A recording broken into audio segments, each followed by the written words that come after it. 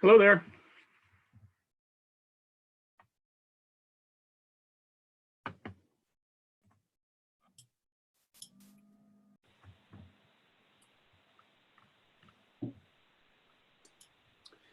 Evening, Sam. Good evening. Jay. Hi, Jay. And All right. I am going to go ahead and mute everybody who's not a committee member. So sorry, Jay. It is good to see you. It was great to see you.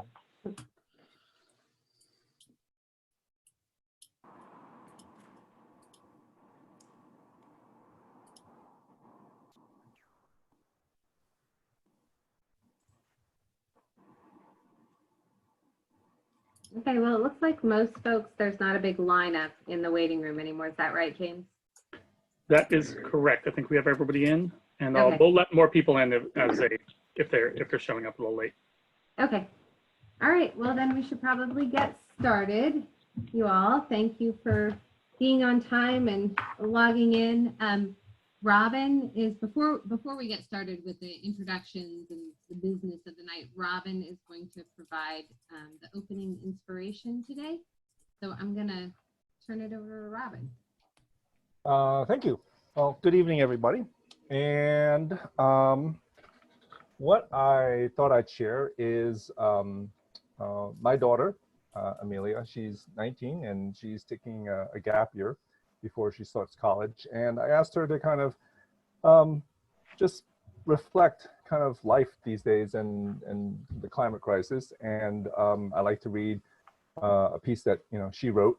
I don't know if it's inspirational, but for me, it's more motivational. So hopefully that's, okay. So here it is. As I stare out my window, stuck at home these days, I feel like the world is sitting on a precipice. With glaciers melting and temperatures ticking upward, I question whether I'll be forced to live somewhere else one day, or if food and water must be fought for in the decades to come. But unlike COVID, climate change slowly kills, and I worry that the big changes that we need will never happen. As a child, I was made aware of my environmental footprint. I was taught not to litter. I worried about the ozone layer, and I even celebrated when Portland implemented curbside composting. Nothing seemed dire back then. Growing up, I was told I was lucky to live in a place and time, but that vision seemed to deteriorate with each passing birthday. Today, I can't celebrate a sunny summer day without worrying about excessive heat indices or the threat of forest fires. It seems that everything I was taught to do when a child hasn't made a difference. I know I'm not alone in feeling this way. My brother, sister, and friends feel like we've grown up in a never-ending series of crises. We worry and feel gypped that our future is being snatched away before we even have a chance to live it. We feel conflicted in that, like generations before, we will soon be expected to earn a living, get to work, and put food on the table, knowing that if things don't change, doing each and every one of these fundamental adult tasks will contribute to our personal demise. Even so, I know I am lucky, and we have hope. The world has responded on a grand scale to COVID, so we know humans have the capacity to respond similarly to the climate crisis. We know progress is being made to ensure that my generation and those to come have a future on this planet that we call home. We just need for that voice to stay strong and for that change to happen faster. Thanks, Robin. Good job, Dad.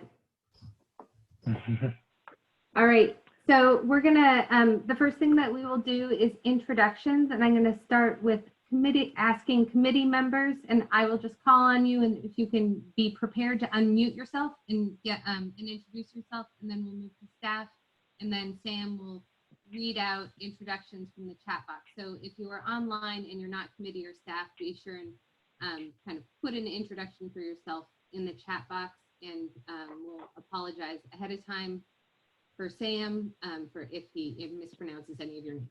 So with that, Michael. Thank you. I'm Michael Eden Hill, committee member. Faith.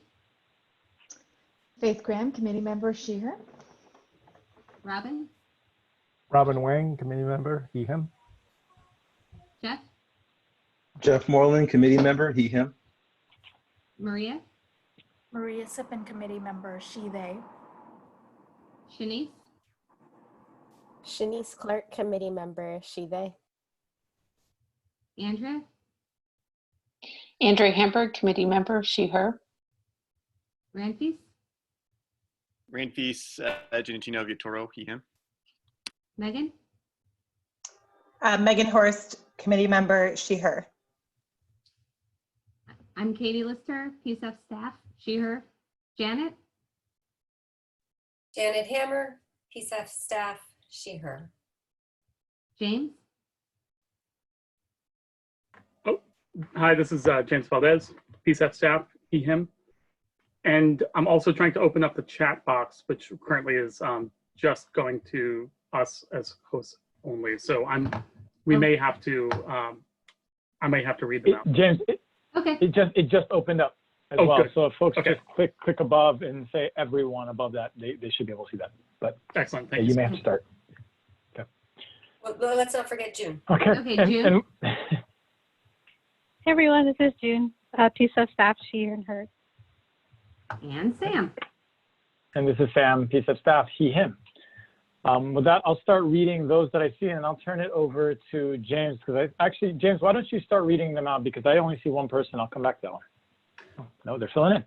Oh, yeah, So kick it off, James, and I'll fill, yep. go ahead and read them, actually. I think it is now working, so. The folks that I So saw we got- are now there. Great. So we've got Ken Center, Executive Director of Oregon Training Institute on the line. We've got Gail Palmer, she, her, from East Portland Action Plan and Centennial Community Association. We've got Anissa Pemberton, they, them, PCEF Coalition Coordinator for the Coalition of Communities of Color. We've got Quisha Light from the Junkie Delta Center Community Center. We've got Jill Cabral-Shin, Development and Communications Director with Community Vision. We've got Jeff Strang with the Portland NAACP. We've got Deidre Schutz with Nutrition Garden RX, she, her. RJ Shepard, co-chair Bike Loud PDX, he, him. Angela Providelli, BPS staff. Lynn Lindgren Schroeder, Housing Development Center, she, her. Joshua Baker, Lloyd Eco District, he, him. Brian Garcia, he, him, Lloyd Eco District. All right, and do we have anyone on the phones calling in today? I think everyone is signed in. And one more, Jay Ward, he, him, Energy Trust of Oregon. And Michael Birch as well from the Carpenters Union. Great. Okay, thank you all. All right, thank you. So just before Sam gives a couple or gives an update on recruitment, I just wanted to go over a couple the virtual participation guidelines or the sort of check, just noting that the chat box is open right now for introductions like everybody just did, but we'll be closing the chat box so that we won't be able to send chats to everyone. We'll be able to chat James Valdez if you have technical issues. He'll be able to help you address some of those. The committee members are going to raise their hands so that we can get people in order, and we're going to leave video on for committee members only and staff who are participating in the call. Just to note that this meeting is being recorded and will be posted on the City of Portland PCEF website, and that closed captioning is available. And how you find it is if you're on the Zoom call, if you go up to the top where you have, or the bottom, depending on how your screen is oriented, where you have the microphone and the video, and it shows up in those three dots that say more in that drop-down menu if you are interested in accessing the closed captioning. So I just wanted to now let Sam say a couple of words about the recruitment that the committee approved releasing at the last meeting. Great. So I just wanted just a quick update that we did open up the recruitment for a community member with knowledge of the Native American community, Native American history, diversity of local American, Indian, Alaska Native community, and issues surrounding the urban Indian experience. We opened that up last Wednesday.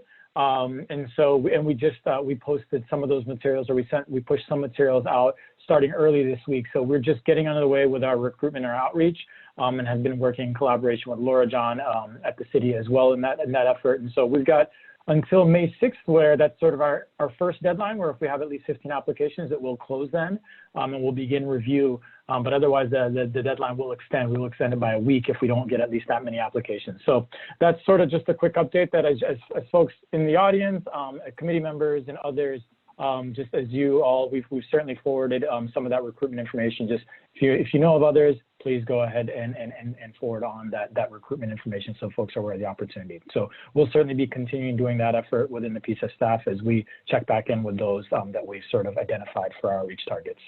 And with that, that's really the update for me. I don't need to hold this up, but I did want to just flag that it looks like we do have, Katie, for you, we do have one commenter. Okay, sounds great. So we will get to those in just a minute. I just wanted to first approve them, ask if we could approve the meeting minutes from our last meeting, which was just last week.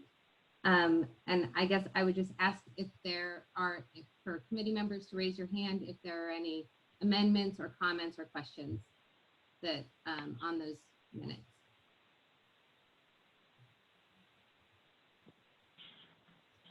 So seeing none, we will approve the minutes. And then I just wanted to make one more kind of small announcement related to the logistics of these meetings. And that is that we've moved to a weekly meeting schedule, in part to accommodate having 2 hours instead of 3 hours, and also just because of the volume of work that we really need to sort of get through to be able to release the RFP. And while staff would love to be able to turn around meeting materials and post them online a week in advance with a weekly meeting schedule, we just aren't able to meet that. We are committed to posting them 48 hours in advance of the meetings. And so that means that for the next committee meeting, which is on the 29th, so it's on Wednesday evening, we'll be posting meeting material by the end of the day. So I know that it's a quicker turnaround for committee members, it's a quicker turnaround for the public, but I think that it is important that we kind of keep up this clip during this time to get through the material we need to get through to release the RFP. So I just wanted to note that. Faith said she didn't see minutes, looked for them earlier today, but couldn't find them. Did anybody, we did email out the minutes. Did everybody else get a copy of those? Looks like most of them. Okay, so Faith, I'll make sure that you get a copy and we can retroactively amend them if you see anything in them that seems glaring. So, okay, so with that, we do have one person signed up for public comment, and that's Anissa from the coalition. Go ahead, but you're muted right now, so unmute. Thanks, Katie. Hi, everyone. I'm happy to join you all again. I hope you all are well and taking care of your communities and selves at this time. I'm encouraged today to see the agenda to discuss eligibility screening and criteria and the threshold review. It feels weighty to create the RFP in order to move forward the important work of engaging communities of color in applying for funds with the criteria clear and transparent. Thank you all for all of the work you're doing, and I have faith in the committee's ability to create an RFP and move this work forward. I'm really excited to support this engagement as appropriate. Thank you. Thank you, Anissa. And it looks like no one called in on the phone, and so that is the only public comment that we have today. And so the first thing on our agenda then is revisiting the guiding principles, and with an intention to finalize them. And June is going to be providing some background, and June, I'll drive the PowerPoint for you. Great. Can you all hear me? Yeah, oh, I'm here. I'm seeing some nods. Okay, cool. So as Katie had said, the hope is today that we can finalize the guiding principles for the program. And I kind of wanted to just go through what we've done to get here. The idea is that we'll talk a little bit about that, and then we'll go through some, if you have any questions, we'll take those, see if there are any there are any committee proposals for any changes, and then see if we can get a proposal from the committee to make a decision to approve. And so I just also want to say that, you know, we can revisit the guiding principles maybe after a year or so if we try them out, and you know, they're not serving us, then there's still an opportunity to go back. Just to say that, you know, it's important to move forward on them, but it doesn't mean that y'all couldn't come back if it's not serving the purpose that it needs to serve. So I put this slide together just to show that we've done a lot of work together in the last 4 or 5 meetings. So first, thanks to the committee for working together, working fast, trusting the process of kind of going through the motions to kind of get to the place that we are today. And I also wanted to sort of ground ourselves in why we even went through this exercise.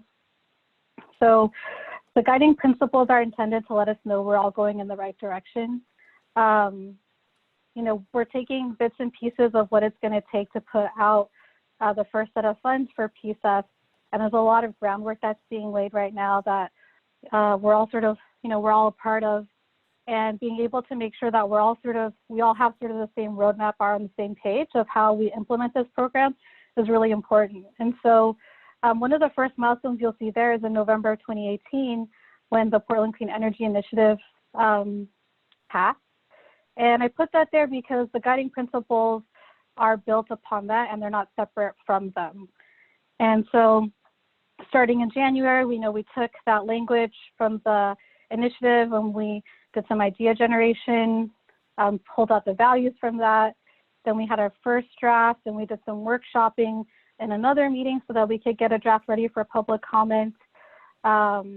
We opened up a period for about a month to be able to get folks to comment on what they thought about this.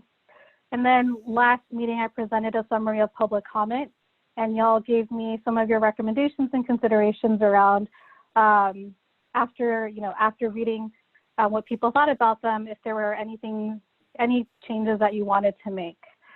So I did send along a memo with your meeting materials, but I'll also sort of go through some of the high level takeaways and major changes that were made to each of the principles. So can we get to the next slide, Katie? So before jumping into these one by one, so these are basically the proposed final language. One of the things we had talked about was that some of the public had shared a comment around adding carbon reduction as a guiding principle. And then from what we were hearing from the committee and from what we understand of how we're using the guiding principles, because this is a climate program and we have the city code that clearly states that, and this builds on the city code, it does, and is not separate from it, it didn't seem like it would need to be in there. Also, there were a lot of comments that were very specific about how folks wanted the program to be implemented, and so those are pretty detailed, and so these are remaining at a high level. So, starting with justice-driven, the proposed language is that justice-driven guiding principle is advance systems change that addresses historic and current discrimination, center all disadvantaged and marginalized groups, particularly Black and Indigenous people. And so the major changes that we just changed promote to advance, we capitalize Indigenous. And one of the things that folks had asked for too was sort of this rationale and this statement around why we're focusing on Black and Indigenous people. And so the memo has a brief paragraph about that, and I'll read a piece of it, in that the PCEF committee and staff intentionally call out Black and Indigenous people to be centered along with other disadvantaged and marginalized groups because these communities have been historically left out of the benefits of climate solutions and experience systemic marginalization. The particular focus on Black and Indigenous is not an exclusion of others in this program, but a reminder that if we do not actively and intentionally focus on Black and Indigenous communities, we are likely to perpetuate disempowerment. Therefore, this principle directs us to actively and intentionally center Black and Indigenous communities, not only because of their historic marginalization, but also in recognition of the gifts and wisdoms these communities bring and that their empowerment is essential to achieving the goals of the PCEF program. So that's sort of the context that goes along with that piece of the guiding principle. And then, so the next guiding principle is accountable. So that new language reads, accountable, implement transparent funding, oversight, and engagement processes that promote continuous learning, programmatic checks and balances, and improvement. Demonstrate achievement of equitable social, economic, and environmental benefits. Remain accountable to target beneficiaries, grantees, and all Portlanders. The changes to this one weren't very much.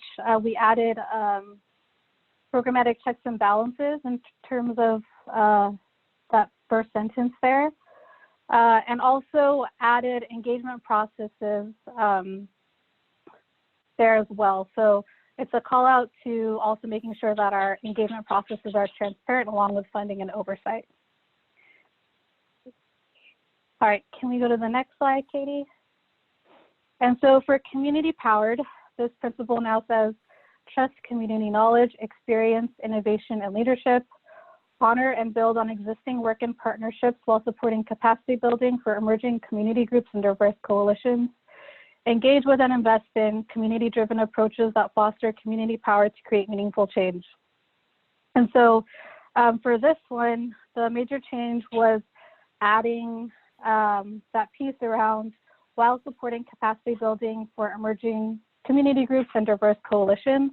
And that was in response to folks commenting that they felt like this principle didn't seem very inviting of new partnerships and supporting capacity building and growth of organizations in the program. So that was a response to comments that we received around that.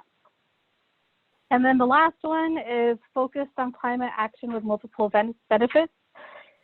And so the rest is invest in people, livelihoods, places, and processes that build climate resilience and community wealth, foster healthy communities, and support regenerative systems, avoid and mitigate displacement, especially resulting from gentrification pressures. So the pieces that were changed here was that livelihoods were added to the first sentence, invest in people, livelihoods, places, and processes. And so that was meant to be reflective of the importance of jobs and good paying jobs in this initiative. And we also added avoiding and mitigating displacement, and the add was especially resulting from gentrification pressures. One of the comments we had was talking specifically about how this is a gentrification sort of mitigation. But this is what this piece speaks to. And then the last one is that we removed co-benefits as a word because folks had thought it was pretty jargony and didn't know what it meant. So that's how we have focused on climate action with multiple benefits. And I think that's something that one of the committee members had offered. So maybe we could open it up for questions or comments, and then see if we can take that into a motion.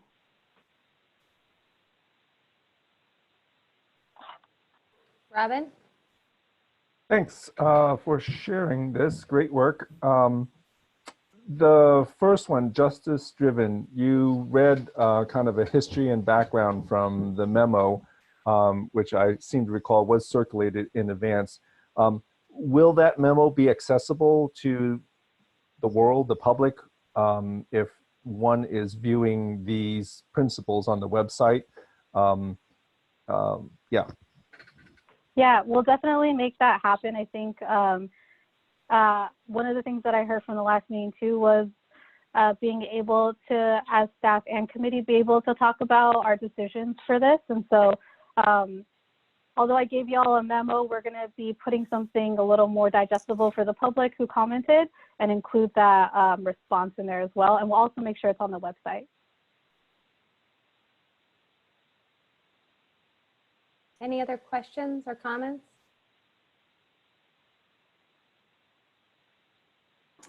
I do. I have just a few comments to share. This is Can you all Maria. hear me? Can you hear me? I just want to thank you for the work that you did. I know there was a lot of collaborators and editors and wordsmithers and obviously community contributors to this effort. And I think we learned a lot about each other in this process. I enjoyed seeing this from sticky notes to this document. I think we talked a lot about some heavy stuff in between, and I think it reflects a lot of the conversations we had. So I appreciate it looking neat the way it is now, and it helps us see the changes that we've gone through. I think it's a good reflection of our guiding principles today and how we feel today. And like June said, we can revisit this if it doesn't feel like it's reflecting the direction for PCEF and where it should be going. So I support it, and if other people don't have comments, I'm okay with proposing to adopt it. Are there any other comments or questions before we move forward with a proposal? This is Shanice.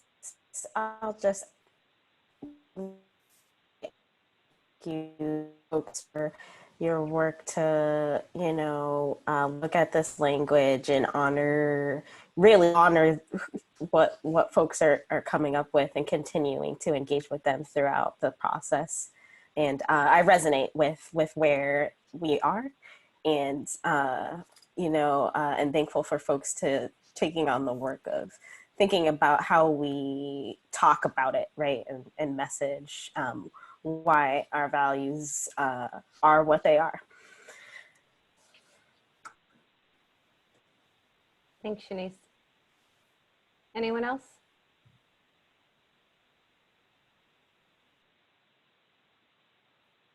All right, well, I'd like to, so Maria, I think I heard you say that you would like to make a proposal to adopt these guiding principles. Is that correct? Oh, you're muted. There you go.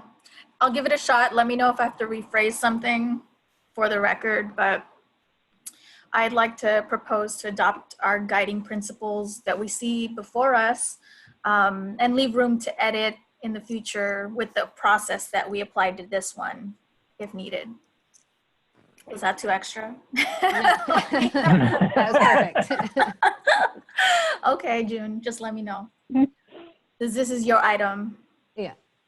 Well, then I'd like to then I'll just ask each of the committee members sort of individually if you support this decision, and then we'll go from there. Michael?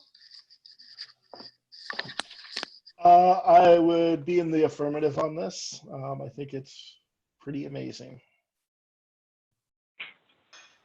Faith? Yeah, I support this decision, absolutely.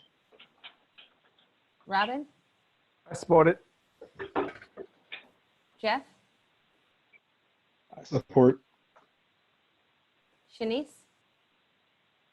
I support this. Andrea? Enthusiastically. I think it's great. I really appreciate all of the feedback we got from the community and support from the staff. Thanks, folks. Ranfis? I support it, and thank you for all the hard work on this, you guys. And Megan?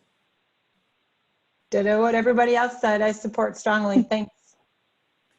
All right, awesome. June, did you have anything else you wanted to say? Nope. Thank you, everyone. I appreciate y'all sticking with me through this process and trusting it. And now there's a lot more work to do. So yeah, thank you. Thank you, June. All right. Well, then next item on the agenda is eligibility screening and threshold review, which I think sounds really almost as inspiring as the guiding principles. And you'll see that I was feeling kind of bad because June always makes very, very attractive slides, and you'll see that these slides just have a lot of words on them. But Robin is going to help me help with this presentation. He's a member of the subcommittee, but I'm just going to go over the first couple slides and then that talk about the eligibility criteria. And then Robin is going to talk through the majority of it, which is the threshold review process that the subcommittee revisited after the last meeting with the subcommittee. So just as a reminder, this slide is the review process proposal for small and large grants that we talked about, that we have talked about previously with the full committee. It was the recommendation that was brought forward by the subcommittee. The eligibility screening and the threshold review, those are the two pieces that we're honing in on today. And but I just wanted to put this slide up here as a reminder of where those fall in the overall process.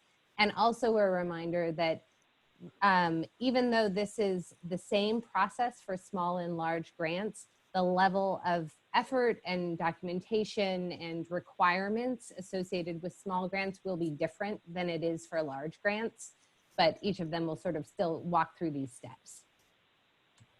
So these are the potential eligibility criteria that are the same +1 as the list that the full committee saw last time.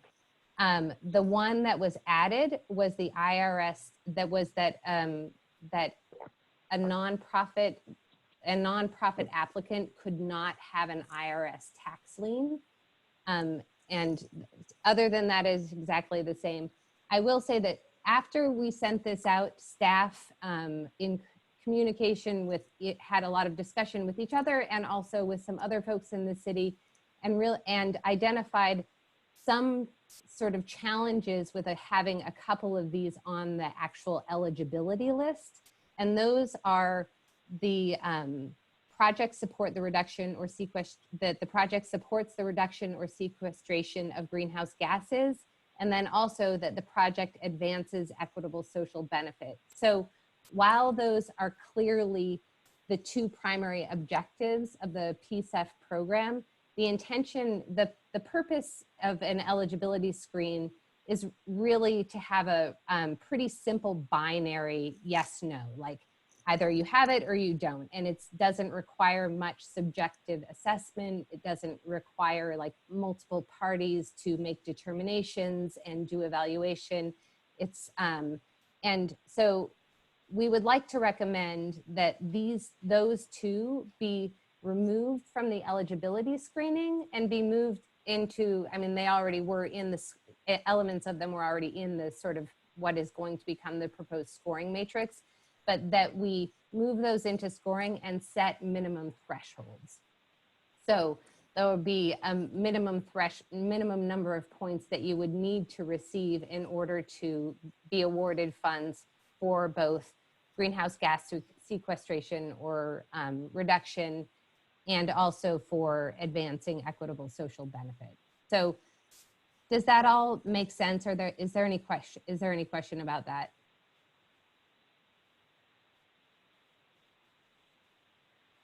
Okay, great. So then does this list, and I'll just read them off real quick. Then I'd like to ask the committee if they feel that this list sort of hits everything that needs to be hit in terms of an eligibility criteria. So the first is that you're an eligible nonprofit. The second, the application is complete. That the type of funding, the type of project you're applying for is an eligible project type. That the budget meets any defined restrictions or caps. We haven't, as a committee, defined those yet, but those will be something that we might talk about in future. You might decide that there are no caps, in which case that would be irrelevant. And then that the project and project beneficiaries are located in Portland. That solar renewable technology is primarily US manufactured. And I would note that some of these are in the code. And so we don't really, in order to change them, it would require going to council and having that change made. That personnel are budgeted at 180% of minimum wage or more. That insurance is planned for, in place, or not needed. And that the applicant organization does not have an IRS tax lien in place. Are there any questions about any of those?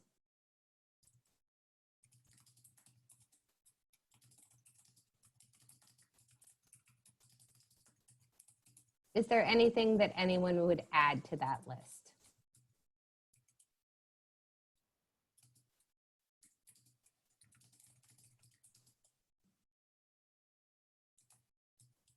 All right, well then I think that we are going to take that as an affirmative and move on to the threshold review. I'm going to turn it over to Robin, and I would ask that you all, if you do have a question during this part, because it can feel a little convoluted because there's a lot of if-then, just raise your hand if it is beginning to feel like you don't really know kind of what it is we're trying to recommend. We tried to make it clear, but it does get a little in the weeds.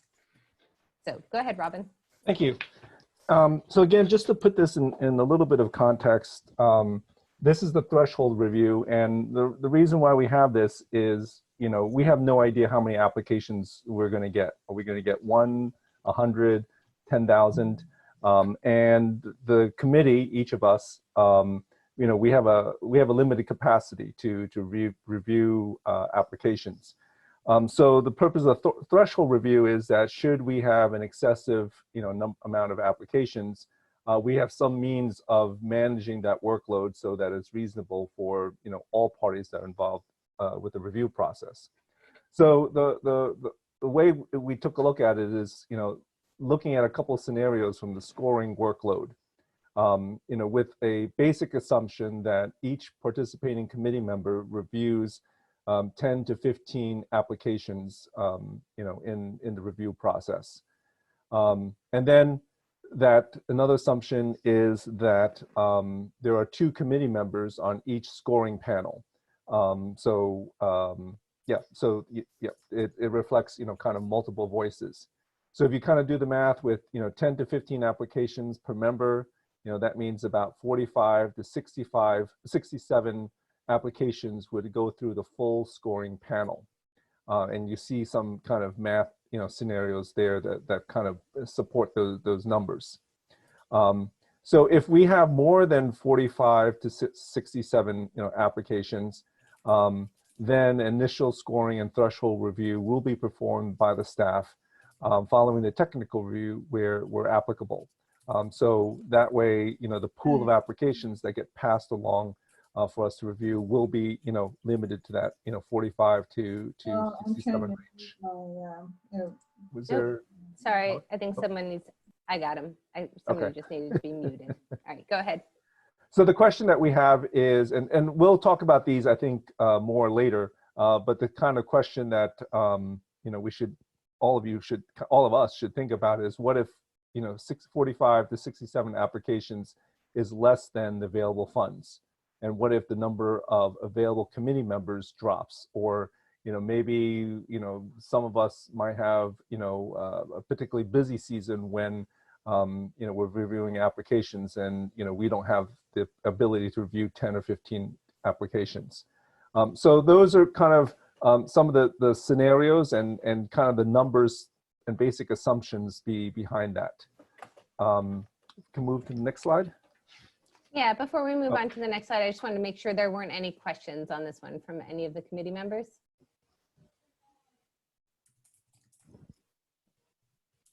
All right.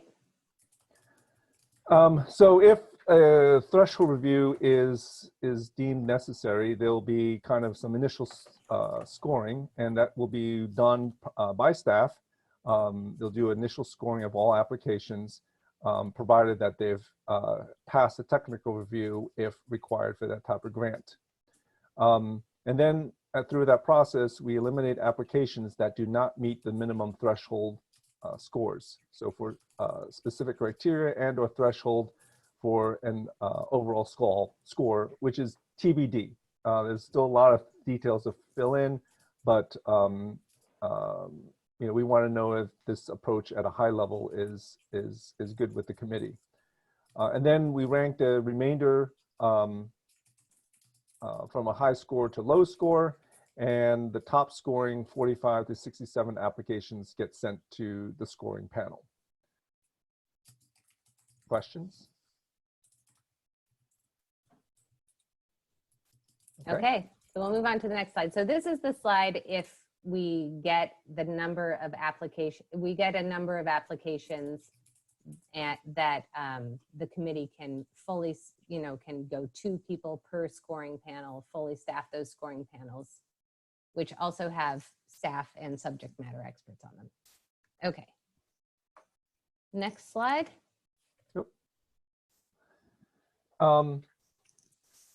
So we also acknowledge that there is a lot of TBDs, and so we want to be able to incorporate some responsiveness into the overall process and accommodate, some unknowns. One question that came up is, what if, and I said this earlier, what if 45 to 67 applications have budget requests that are total less than the available funds? And the recommendation from staff and from the subcommittee was to bring forward additional applications that meet the threshold criteria, but did not rank in the top 45 to 67, and have just one committee member on each scoring panel. So this therefore doubles the number of applications that can theoretically be sent to the scoring panels. And then the other question is, what if assumptions about the number and size of grants and or committee member availability turn out to be incorrect?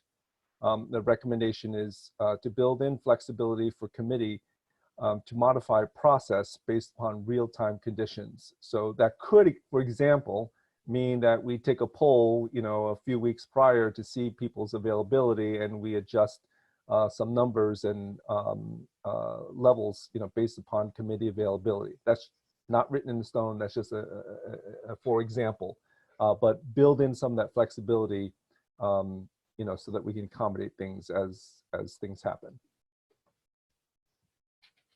Katie, anything else? So, well, I wanted to, Faith, Ranfis, and Megan are also on the subcommittee. So I just wanted to kind of ask if any of you had any thoughts there, but wanted to just note for the committee that primarily what we're looking for here is for folks to be thinking ahead of time, what would a plan B be and what would a plan C be?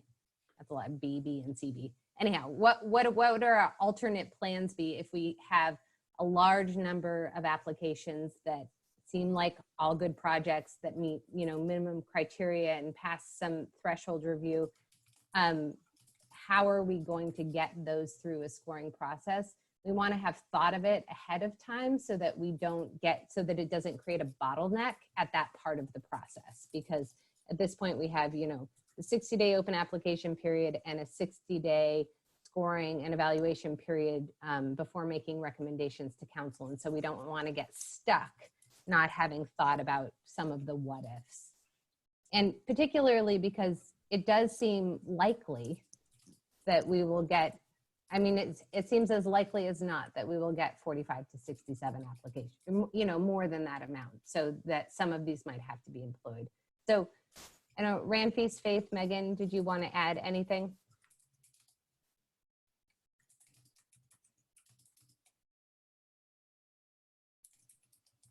Megan?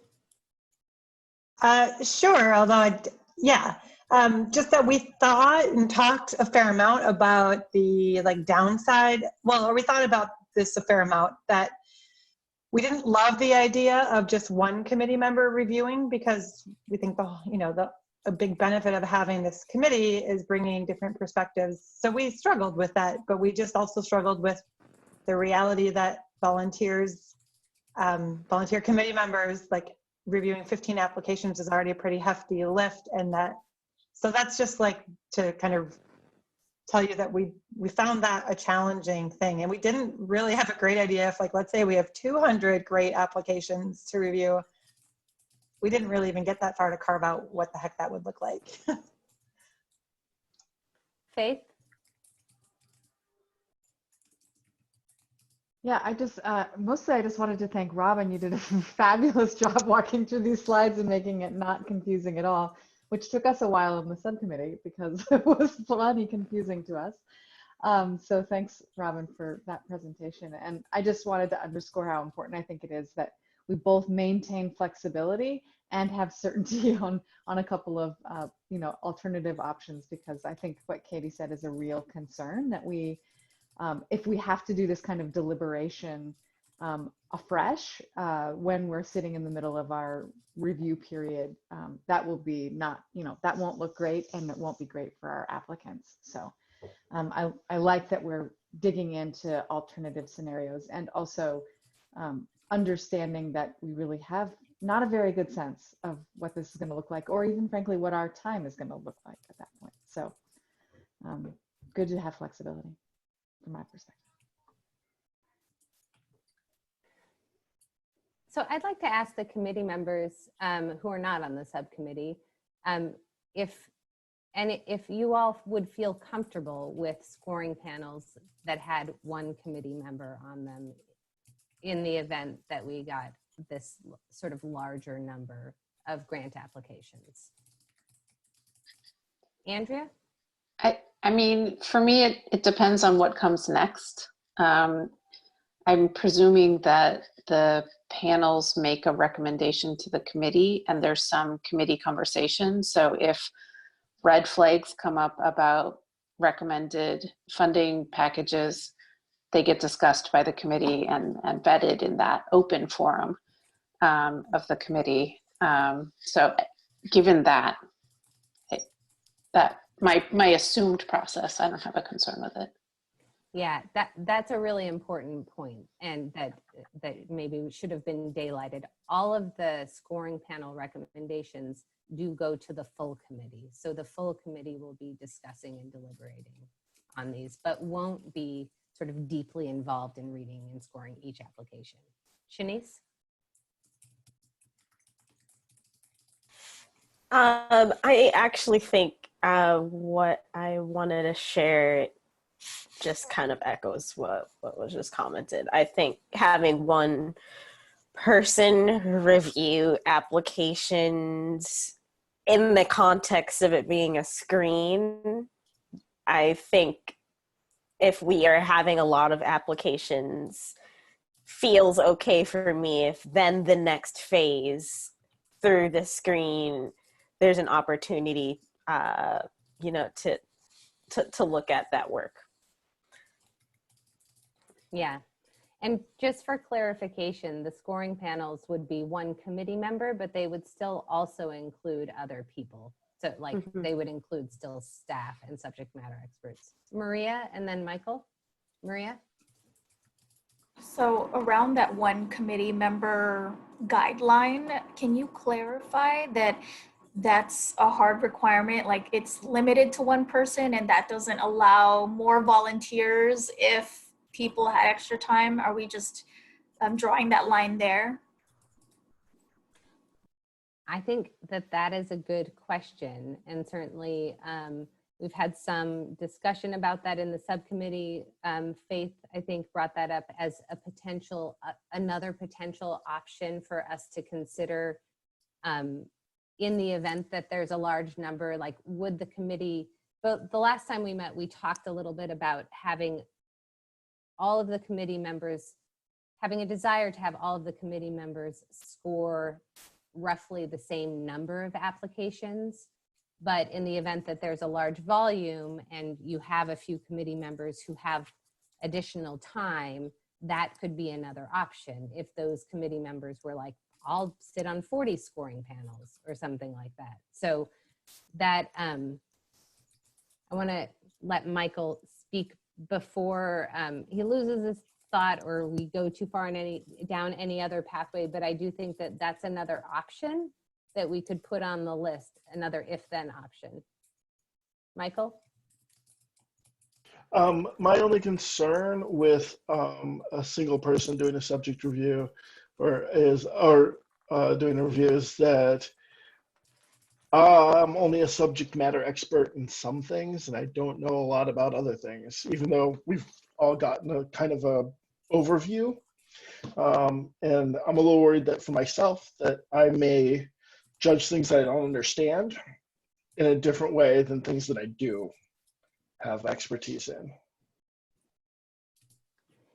Yeah, I think that, so I want to ask, well, I want to ask Faith to speak a little bit, if she wouldn't mind, to sort of the idea of having another option where we allow different committee members to do more and having that be kind of, so we have more than just one option if we get a lot. But if I could, I'm going to go back a couple of slides first to this review process proposal and just note that under the substantive review, the first step is a technical review. So just as a reminder that for projects that require, not all projects will require a technical review, but the ones that do, to make sure that we are protecting the safety of the people who are in the buildings where our projects are being done, and those sorts of things, everything that those projects will pass a technical threshold review. And so everything that the scoring panel should be looking at should be sort of have already been deemed technically viable. So that I think addresses a little bit of what you're talking about, Michael, but it is also a good question about, you know, does Megan get on a scoring panel for all of the regenerative agriculture applications? And does, you know, is that how you want them separated out or not? And that's a good question. Ranfis, did you, sorry, have something? And then Faith. I just wanted to jump on Michael's comment. You know, I think, I think subject matter expert, as I think was being mentioned earlier, was I think a defined term in terms of having like a volunteer outside of the committee be part of the panel review. So I don't know if that's been fully defined, but just wanted to, I think, clarify that. And then I think for ourselves, and I think in general, I think I'd love to continue pushing that. Even if we're not experts, you know, I think just honor that we have knowledge and that we're all learning as well. And that I think you don't need to be a subject matter expert to be on a grant making process, whether it's around regenerative agriculture or, you know, I think as long as we design, my apologies, the program well, like I hope it could be accessible for anyone and even the broader community. So, you know, I think I just want to sort of continue to try to demystify what's needed, but I think, I hope that it's fully accessible for anyone that's committed to participate in whatever panel, but I'll just stop there. Yeah, no, I think, thank you, Ranfis. That's an important point. And thank you, Ramfis, for saying that. Faith? Yeah, I think so. I'm I think I'm commenting on the point as to whether or not we would have an option could be having some committee members review more according to capacity. And I think that is something we might need to revisit. It's certainly, to me, an option that's possible. Also because even if we have, I mean, that option may be necessary even if we only have 45 to 67 because we're not certain what our capacity, each of our individual capacities will be at that point, right? So I like the option of having, being able to do one. I prefer that there be two, and it may be that in that case, if we revisit it and we have this number, that's the second option maybe that we go to, is that we can, that some committee members, if they have capacity, can review more. And by saying second, I don't mean in order of priority. I mean, that's another option to me that's very viable, is this option of letting some committee members review more if they have capacity to do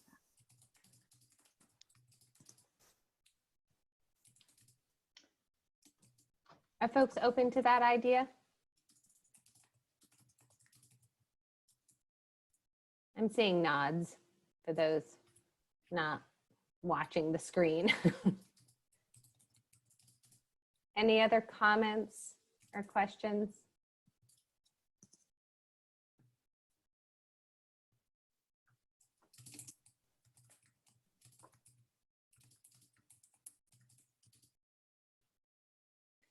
So, Ranfis?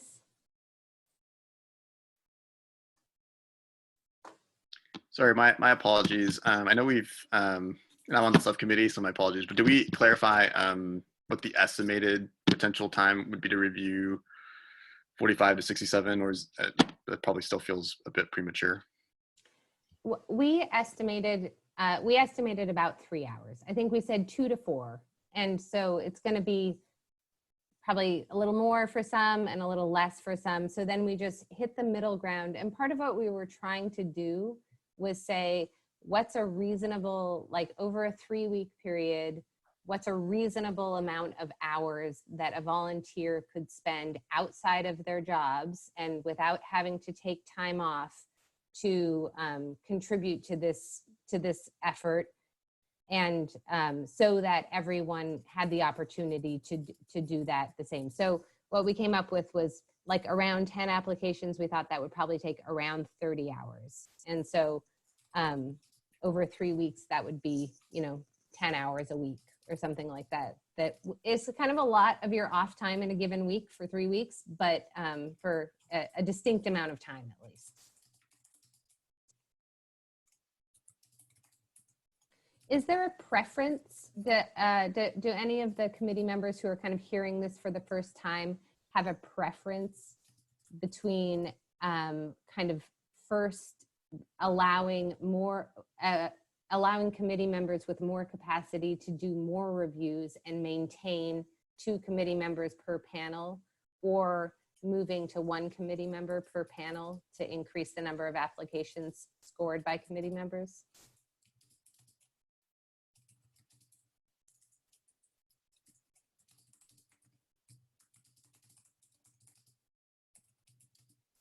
Okay. So I think both of those are equally viable. I'll just call those both equally viable options for right now. And we probably will, we definitely will write this out in the process that will, because, applicants, when they submit their applications, will need to understand how their applications are being reviewed.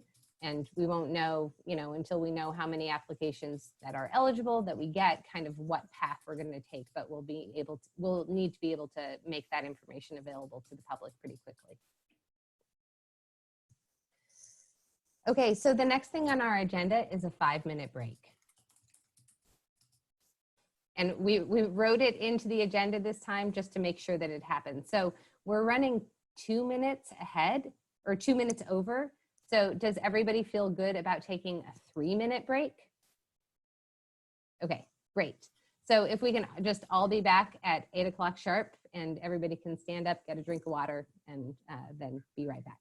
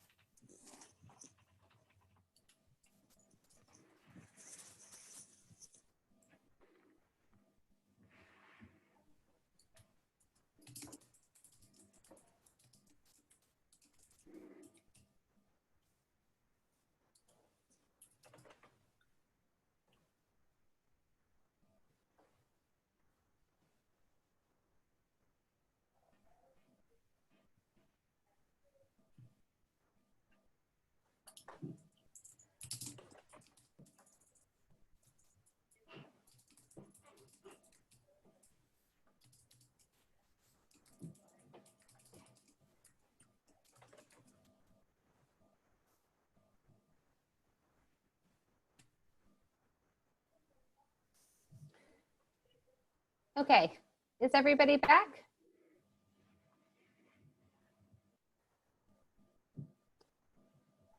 Looks like everybody is here. So next up on the agenda is bylaws. And I believe James is going to open up this part of the conversation. Yep. Hi, everybody. Hope you can hear me. And just wanted to provide a brief intro to this body of work that we've been doing in the bylaws subcommittee, and just provide a little bit of context. And so the bylaws subcommittee was comprised of committee members Michael Eden Hill and Andrea Hamburg, and was supported by PCEF staff in the form of myself and Sam Barrasso. The committee, or the subcommittee, met 5 times between February and April 2020 to help develop the draft bylaws for your consideration as a committee. And just kind of noting where we started and where we are, the city has a bylaw template document that served as a starting point for the development of these bylaws, and is provided by Office of Civic Life. And then we're also grateful for the consultation in developing this from City Attorney Maya Hume. And so in general, bylaws are a set of rules that will govern you, the committee, as a public body. And while the city code does establish certain elements of the bylaws, and some of that is defined in the PCEF initiative, there were many additional areas related to the committee governance that needed clarity. And so during these bylaw subcommittee discussions, there were different elements that were discussed that should guide the operation and function of the committee. And these were broken down into 2 main categories. And one was topics that are relevant for the bylaws, and the other was topics that are relevant for the committee working agreement.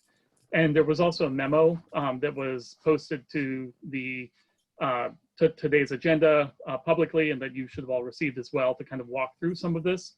But Michael and Andrea will be kind of providing the context and the guide of the decisions that and recommendations that you all will be looking at.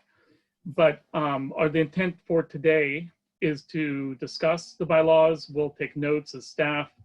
There's an opportunity to make adjustments, get feedback, and then bring back a final decision about the bylaws to a future meeting. And just to note that we won't be making live edits in a document or anything during this discussion, but we'll certainly be capturing notes and feedback.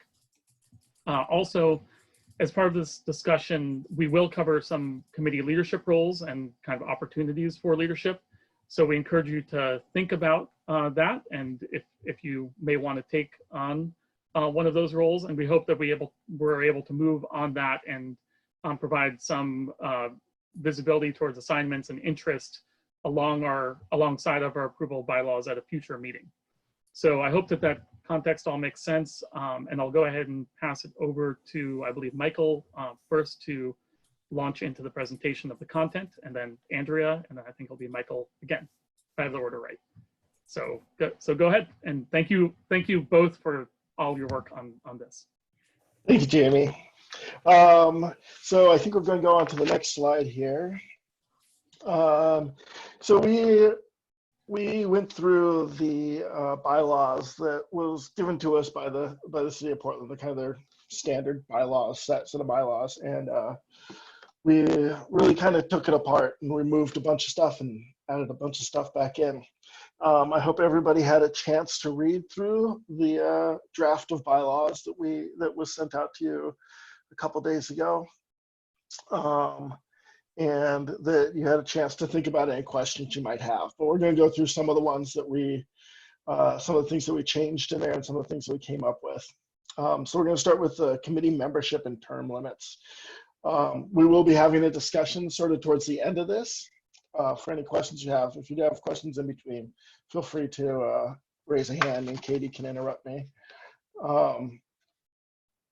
So starting with the committee membership and term limits, in the draft it currently says that it will be 8-year term limits. One of the things we were thinking about was whether we wanted to have 4-year or 8-year, and what we wanted to bring, and that is very much up for discussion right now. whether we want to have 4 or 8 year term limits. There's positives and to each and negatives to each. So we will be talking about that. We also talked about the frequency of meetings, and we proposed that it would be 10 times a year at a minimum, more if necessary, but a minimum of 10 meetings per year. Quorum and meeting procedures. We're no longer using the word voting. We removed the word voting from most of it and turned it into decision making. And so we had already come up with kind of what quorum was going to be, what our decision making procedures were. We came to an agreement on that a while ago.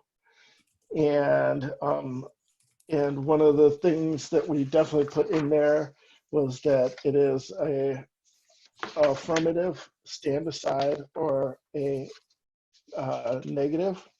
Is that correct?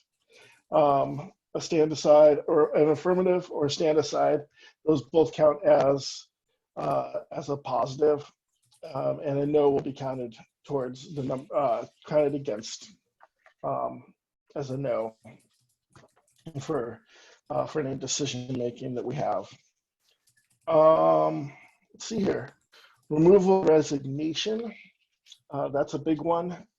Part of that is goes back up to frequency of meetings, that if you miss more than that, if a member misses more than 30% of meetings without informing, that is a reason for removal.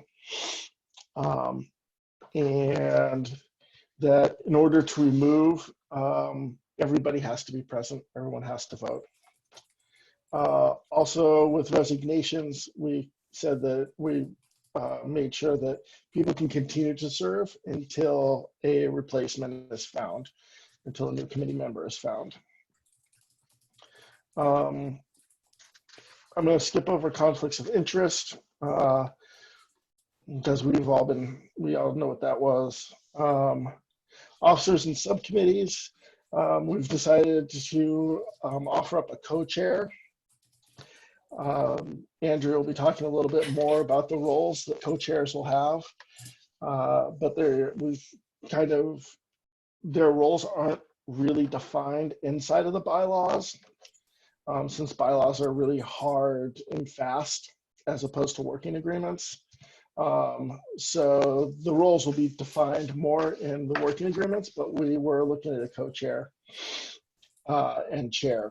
We also would like to get some input on how long co-chairs would be serving for, and if there would be any term limit on being a co-chair. And yeah, we defined the roles of city staff a little more in depth. We changed some of the wording. Originally it said that city staff could go to the mayor and change anything inside of the bylaws. So we took that out, said city staff can come to the committee to ask for changes in the bylaws, little things like that. Communication protocols are also in there, and they talk about notifications with the co-chairs, and that I apologize, I lost my place for a second there. But that the co-chairs would be sort of in charge of community media communications and community communications, with the ability to then appoint or assign or request other people's help.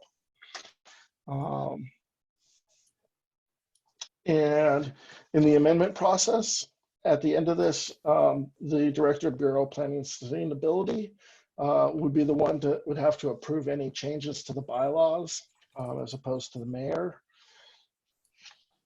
And I think that's about it. Does anybody have any questions about?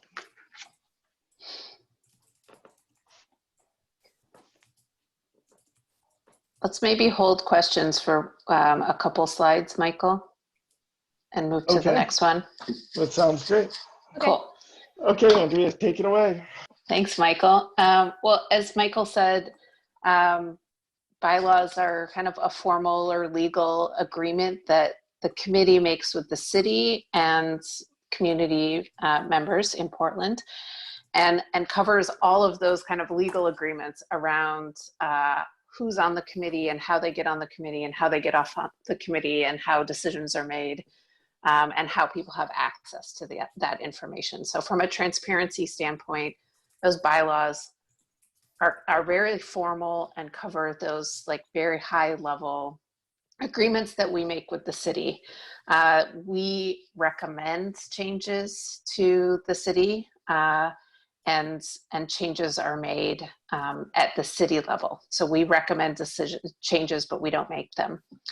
And it's also a really, I think, you know, kind of going back to our group values that we are guiding principles we just agreed to, it's a really important transparency and accountability tool for the community. So if we fail to meet those expectations, they know what expectations we're supposed to meet. They can hold us accountable to them.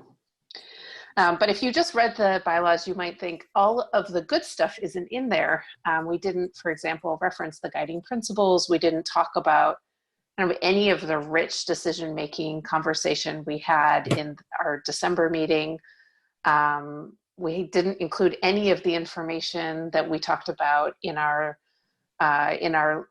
learning retreat in January, where we talked about how we want to operate as a group. That's really kind of in the framework that we were thinking about. We think that belongs in committee working agreements. So those would be the agreements that we make with the committee. The committee itself can change them, and it would also be a public document, but we would hold ourselves accountable to that, and each other accountable to those things. And kind of the reason that I think that that's a really useful and important tool is, well, so many reasons. Flexibility, I think, is really important, but we're just about to learn that committee makeup will change. And I think that it's really important so that as new committees come on and norms change, this can be a living document that really does reflect the group's agreements to itself at the moment. So very easy to change in a meeting, no problem. But does cover those really important things, like how do we want to interact with each other? How do we want to kind of hold power in decision making? How do we want to make requests of each other? What are the kinds of things that we're thinking about in conversation with each other? We haven't drafted those, although we have a list of things that will go into it. So that's kind of like part 2 of the committee's work. All right, so that's kind of the framework that we're putting in front of you. And I'm gonna move us to the next slide. Oh, one more. Thanks. Okay, so this kind of lays out the information that Michael gave you and that's in the memo. And now if you have any questions for the 4 of us, please let us know.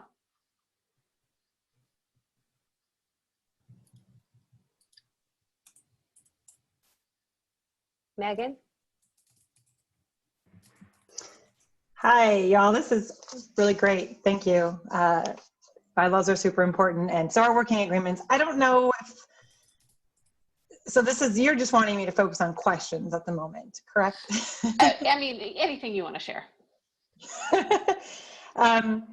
Okay, I'll just go through them. I have like some comments and questions that are a little bit intermingled, and they might not fit into your next slide, which seem to be wanting to like direct our conversation really more focused. So if we don't answer my questions tonight, it's fine. Okay. Yeah, I mean, I guess I'll just say before you start, we have a few things that we know need to, decisions need to be made because we felt like it was a full committee conversation rather than just the 2 of us sitting on a subcommittee. But obviously everything that we're proposing to you is a proposal. So please have at it. Okay, so in no particular order, just some notes I grabbed to myself. Well, one thing is I would appreciate if somebody could explain a little bit about the intent of the stand aside. It's just a little different than abstain. And I assume it's because there's a hope towards consent, and that's where that's coming from, but I guess I would just appreciate like why that word. Under the communication, I think it's communications or meeting, maybe meeting procedure, somewhere in the, I forget where, but where we're just talking about public meetings and public records. I wonder if we would be comfortable in our own bylaws holding ourselves a little more accountable to like best practices for inclusive engagement, or at least striving towards that, or are we, maybe we don't want to, I don't know, that just comes to mind as something around that. I am curious if, I really like how you clarified the community agreements part, and I'm curious if that's where we'll have I hope this doesn't happen, but I've been in lots of groups where it does happen, where there's like a problem happening, you know, like just somebody not following the agreements, and that needs to be addressed. And I'm wondering if it's in there that we will delineate what that process is, or if it'll be in the bylaws themselves. So that's a question I have. Maybe you went over this. And so that's another question I have is changing the bylaws. I think you maybe mentioned that, but I got a little lost in like only the city has the role of that, or I don't know, but if we realize something isn't serving us in the bylaws, it's just come up with me in other groups I'm in now, and it's sort of been a barrier to making better bylaws. So I'm just curious if you can say more about that. And then, sorry, I don't even know if you talked about this, but I see it in the draft you sent. The last comment I have is just, I think there's some pretty standard language on telephonic communication, which made me laugh a little because it just sounds outdated. But also, I just wonder if we need to have something that's like more adapted to our current reality, and that we're doing like virtual meetings. And I guess we're technically not, that's not even mentioned in our bylaws. So I just wonder if we have to have some flexibility around that. So those are some immediate questions. And again, it's totally fine if we don't answer or address most of them. And I really appreciate all the work you've done. And I really appreciate how you've described it too. Great. So thank you. Yeah. Since I'm still talking, I'll just start, and Michael, jump in at any point, please. I'll start with the stand aside language. So the group agreed to a consensus decision-making model. And part of what I think can be documented in the working agreements is, what do we mean by that? Because people say consensus decision making, and they might mean a lot of different things. So the group can clarify that, explain that for ourselves and for the public. But a stand aside, so in consensus, you would say, I agree with the proposal, or you would say, and what I think of when I'm saying that in consensus is, I think this is the best decision that this group can make at this time. So like, not a perfect decision, but like, yeah, good job. And a stand aside is not an abstention. It's not saying like, I didn't participate enough in this to be able to decide with you. It's actually saying, for my own personal reasons, I'm not going to prevent you all from making this decision, but I'm not really sure I can go along with implementing it. So in consensus, that's a way of saying like, best decision for the group, absolutely. Not the best decision for me personally. And it's complicated because if you say that a lot about a group, about a decision-making process, you might wonder if you're in the right group. But you know, sometimes there's just one thing, right? Like, I'm not going to have a meeting on that night, a public meeting on that night, because I have personal spiritual practice that has to happen and whatever. So yes, go for it, would be an example. And then because we use consensus, but we use a modified consensus, somebody can say no, somebody can block, and the decision can still go forward. But a block would be like, I don't think this is the best decision that the group can make at this time. And that's often missing information, missing perspectives, poor process, whatever. But that kind of explains that piece of it. Michael, is there anything you want to add to that? Actually, I think that was perfect. Thank you very much. Great. And I'll just say from my perspective, I don't particularly have any problem with adding language around inclusive engagement in the bylaws. The group just kind of simply decided to go with a model where we kept it as simple as possible in the bylaws and had working agreements that were public and transparent and shared with people and kind of clearly stated, this is what the group is doing. So the bylaws do say that there's information about removing a member for violation of working agreements, but it doesn't set up a process for that. So that would happen in the working agreements itself. It does say how many people have to participate in that decision and agree to it and whatever. But that question hasn't been answered yet. And I'll just interject, I'm hoping we can also have a few layers before that, like hopefully, you know, mediated discussion or something, you know. Yeah. And your last question around telephonic communications, that's just some legalese from the state is my understanding why it says that. Oh, if I could, I guess I'll address two of the questions that you had, Megan. One was about the amendment of bylaws, and there was kind of some summary language, but the way that the draft bylaws currently read is that it would be the committee, the PCEF committee, that would make a recommendation for amendment or repeal, and that we as BPS staff could also recommend changes to you as a committee. But just that because the bylaws are a agreement or a relationship between the committee and the city, there does have to be a city entity that does kind of countersign for them. And so those are approved by the bureau director. But the intention is certainly that the committee be the one originating changes and making those recommendations. To the second piece about kind of the funny language about telephonic, means that is some template language that exists in the public records law, but we did add, I think, a line that says, or other electronic technology. And so I think we don't spell that out in detail, but it does fully cover this type of virtual meeting as well. So I hope that addresses those concerns. Yeah, it does. Sorry, I missed it. And just on the what you said about the bylaw amendment thing, to me underscores why you all think working agreements are a good addition, because we might be a little more nimble in changing. And if we find that, like, you know, the things in that might be a little easier for us to change. So I think it's really smart to distinguish. So thank you all. Yeah. Robin? Absolutely. Yeah, thanks for putting all this detailed work. I guess I have 3 questions or comments. One is, I have more than that actually, but I have some comments that kind of go into the weeds. Is there an opportunity for me to share them with the committee, and if so, how and when?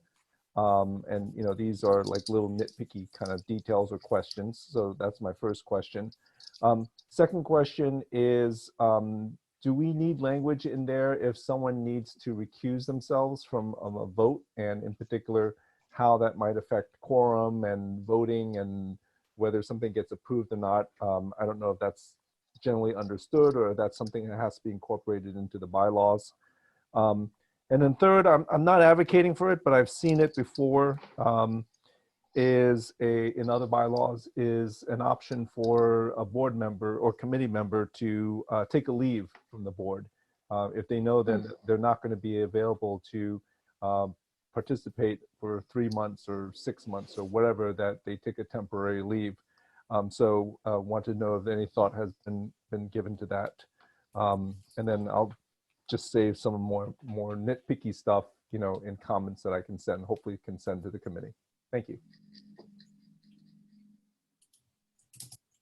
James, sorry, it's Robin. I'm Yeah, gonna I was going to pass it over to Sam for one of those questions. But maybe to answer your overall question, Robin, of additional comments, I think we do envision that we'll make additional modifications. And so please do send those comments to us as staff, and then we'll share them with the subcommittee and continue that discussion. When do you need them back by? Ooh, that's a good question. Sam, do you want to take the schedule question? You can email that later.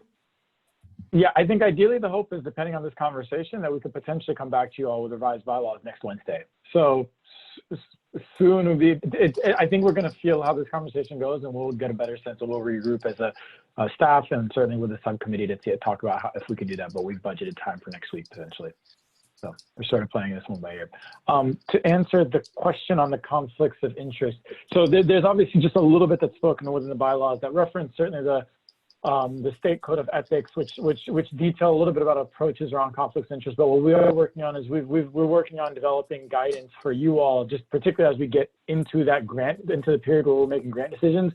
We will have guidance for you all around just how you declare your conflicts of interest and how that process works out on a meeting by meeting basis, particularly as we get into grant deliberations. So that's something that we will develop for you all as guidance. It can certainly sit within the working agreements, but it's something that we've already planned to develop. So I don't know if that answers your question, Robin. I mean, I think the bylaws, I know, point to some of the state code and ethics as a reference point, but as far as that specifics or how do we do it, that's something that we plan to develop for you all. And then I would just note that on your last point about taking a leave of absence or something that isn't currently in the bylaws, and I think that's a great addition, because that would count as a excused absence.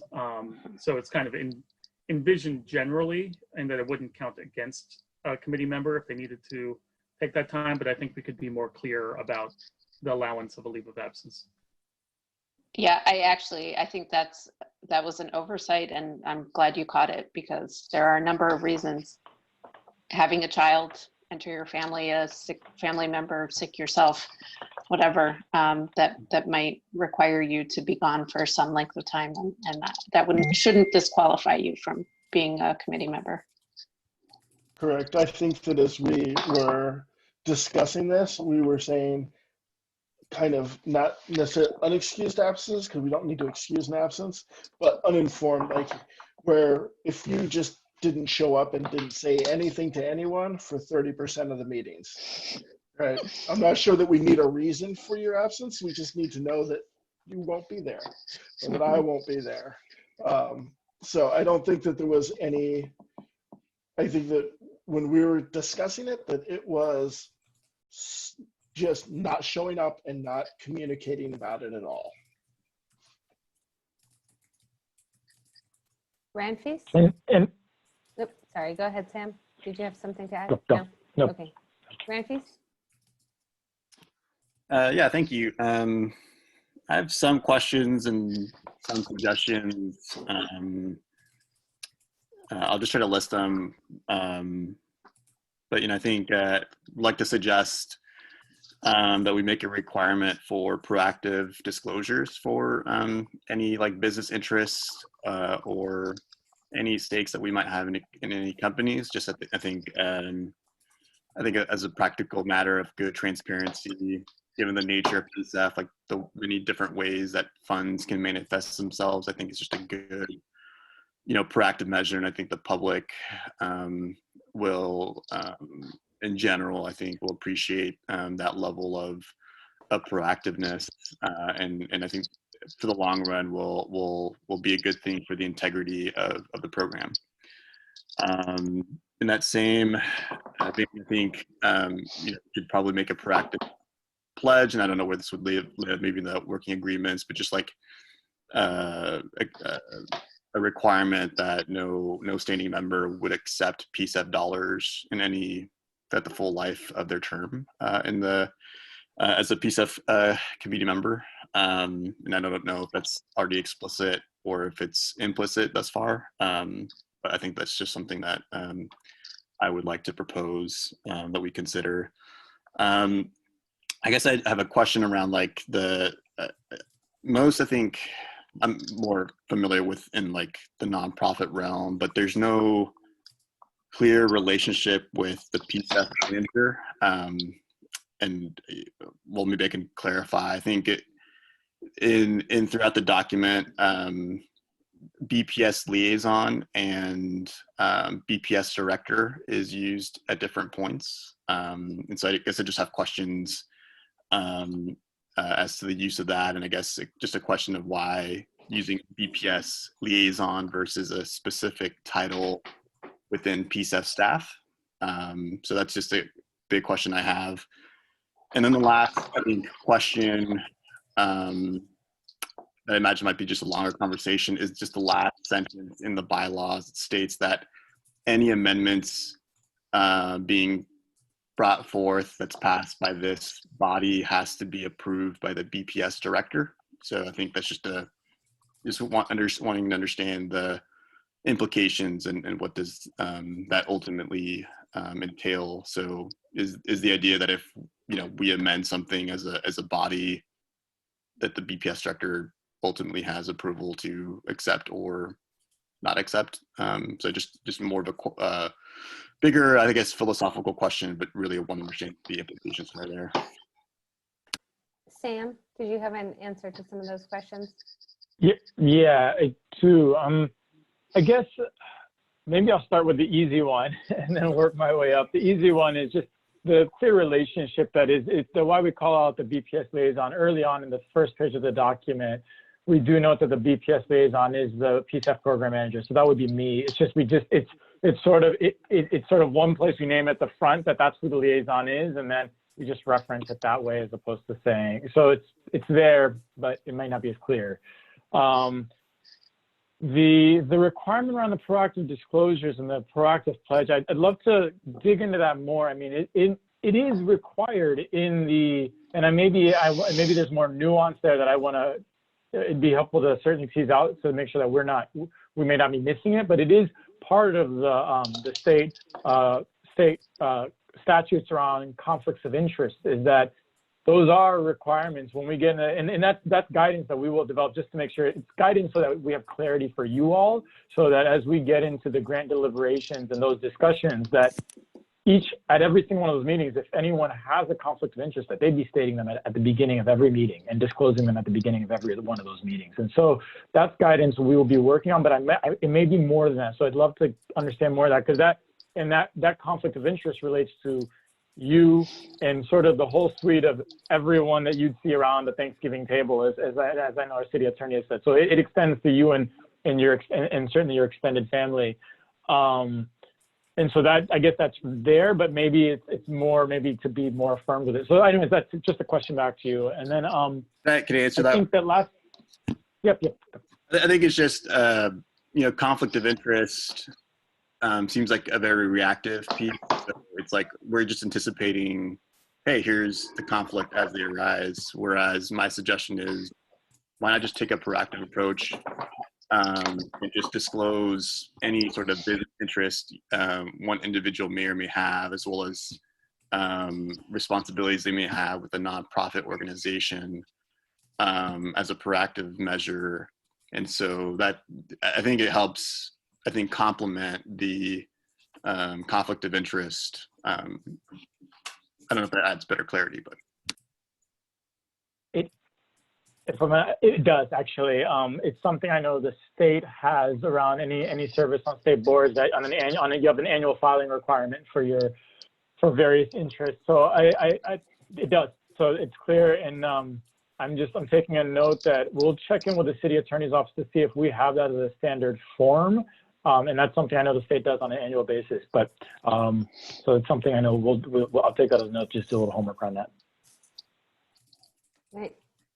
Anything else, Sam? And maybe, yeah, and just that last question. The bylaws are, it is ultimately an agreement with the city. So the city does have to be, and the discussion was ultimately, there was a discussion on there's bylaw templates where you have the elected in charge as the signatory, and there's bylaw templates where you have the bureau director. And so that was a discussion where we thought it made more sense to take place at the bureau director level, but it is a relationship with the city. As a committee, as committee members, you're public servants, functionally serving on behalf of the city. And so there does have to be a city counterpart to it, at least as my understanding. And I'm happy to check in with our city attorney to kind of clarify that further, but that's sort of the extent to which I understand it.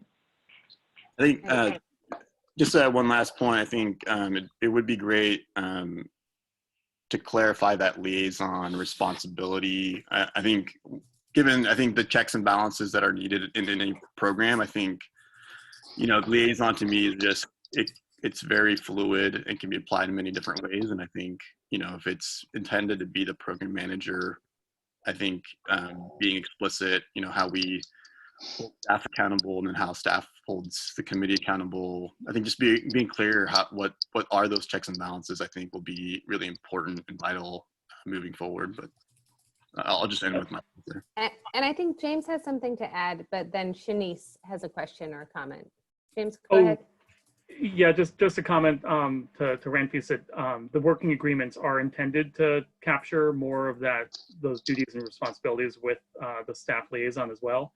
And the template really uses the term staff liaison, but acknowledges that that position can then allocate additional directive to other BPS staff or different roles. So it isn't just that particular person who is responsible for that, but it does create some expectations, and the template is sort of structured to reference that term.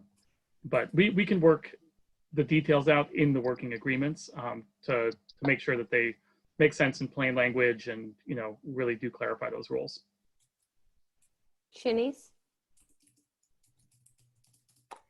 Yeah, thank you folks for your work on developing these areas and walking us through the process in which you took. I think I'm also resonating with what folks are bringing up, and have just a couple of thoughts as we're looking at the bylaws. I think I'm processing to the role of principles, the role of goals. We did the work, we just passed it. I think in terms of bylaws, that feels like something we voted on and is a governing document in which we are basing our decision making. And so what is the role of that in the bylaws? I know that the city template doesn't necessarily call that out, but we're definitely a unique, I think, program in which we might look at these values that these principles that we just voted on in a way that really guides our work. So I'm just calling that out too, especially as organizations like the Government Alliance on Racial Equity might think about bylaws in a sense of what our commitment to equity looks like through our governance practice. And I think that might be a big part of it.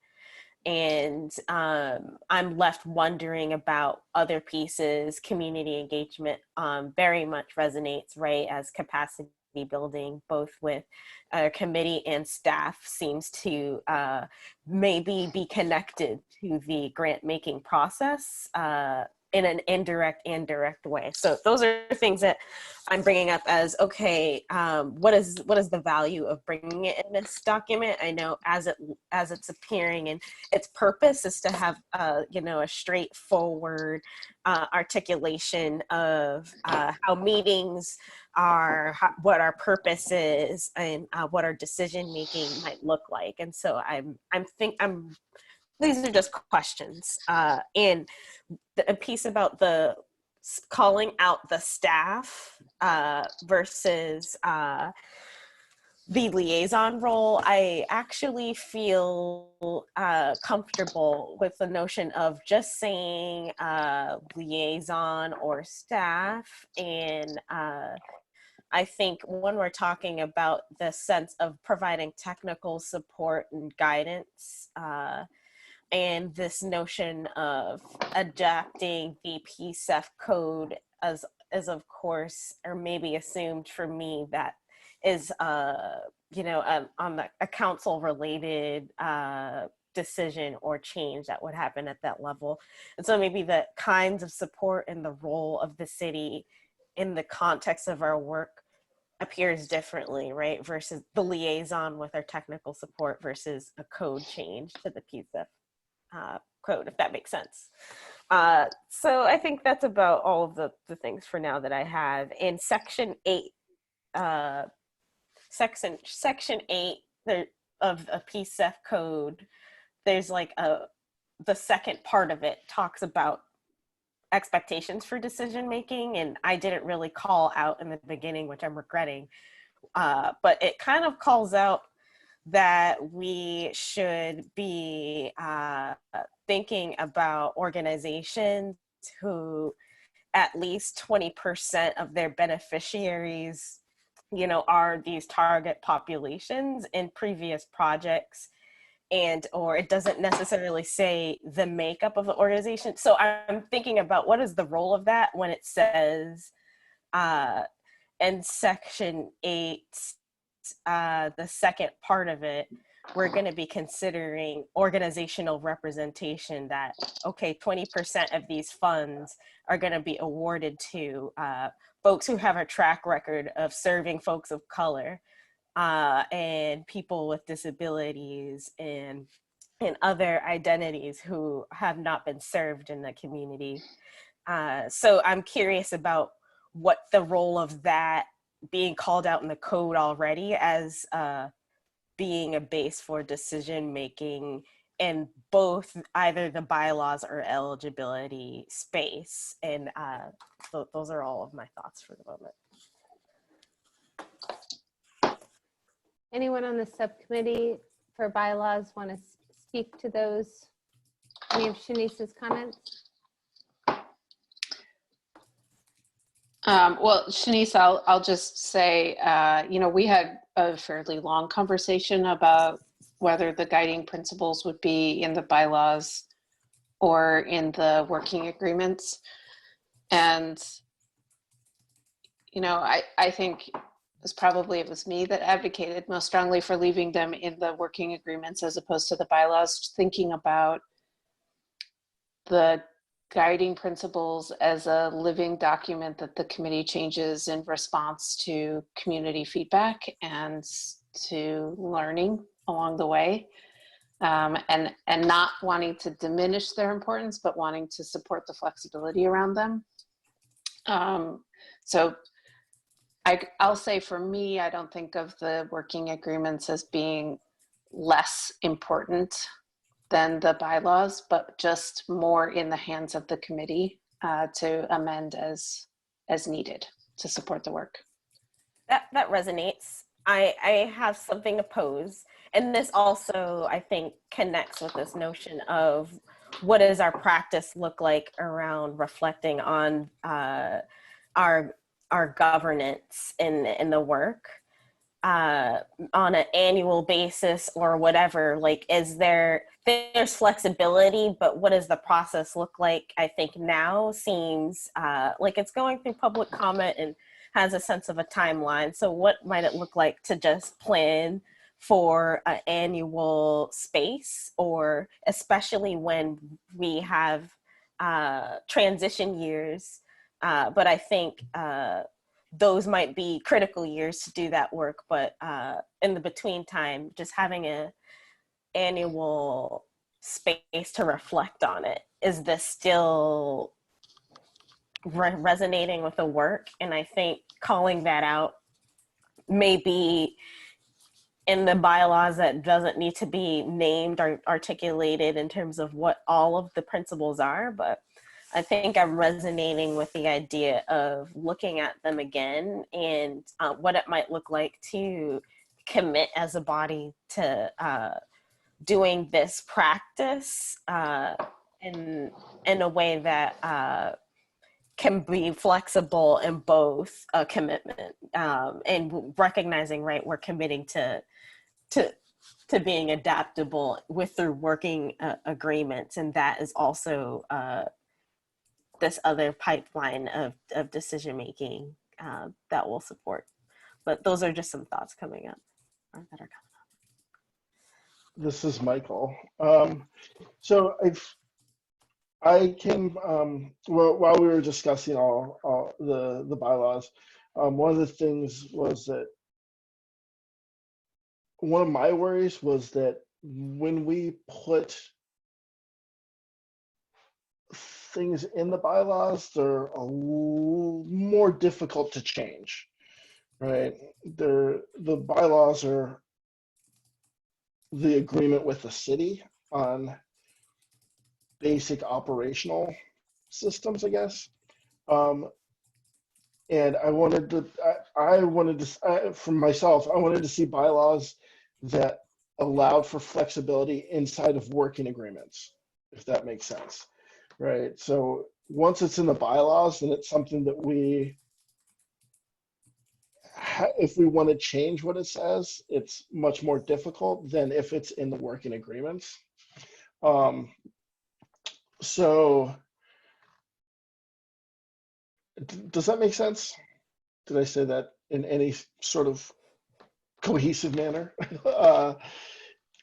But Sure, so for, sure, yes. yeah. So I just wanted to make sure that, you know, that anything that we're thinking about putting in the bylaws, that if we word it in there and it's not living up to the code, and it's not living up to our working agreements, and it's not living up to our values and our beliefs, it's kind of stuck there, right? We can't change it in a meeting. We have to go all the way through to what we have now is the head of BPS or the mayor, in order to get it changed.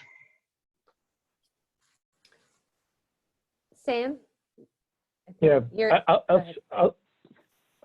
I'll speak to just some of the other. I mean, I think the other comments, Shanice, that you made. I think that there's a recognition that collectively this committee and certainly staff as well will learn quite a bit in this first year, in the next year, and the third year after that. So there is certainly a commitment to the continuous learning. And I think figuring out where we have these moments where we can sit back and reflect is huge. And I think absolutely when new folks come on, but even just after we celebrate and award our first round of dollars, and we take a pause and breathe for a minute before we gear up again for the next round. So I know that, and I think we'll think through what that looks like, because it's important that we do that. And I think there are places where when we come back and we have that self-reflection around how did we do this past year? How did that feel?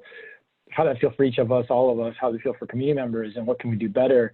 There's a reflection in that some of that is going to involve taking note of certainly code changes and whatever else that we'll document that we'll have to make over time, and we'll go through a process to figure out what get feedback on that. What are the right changes to make? But I guess I just wanted to acknowledge that's certainly something we talk a lot about within the team, around the fact that there's going to be a long process of learning, and that's something that we're committed to holding that space and recognize that that's something we'll be doing. So.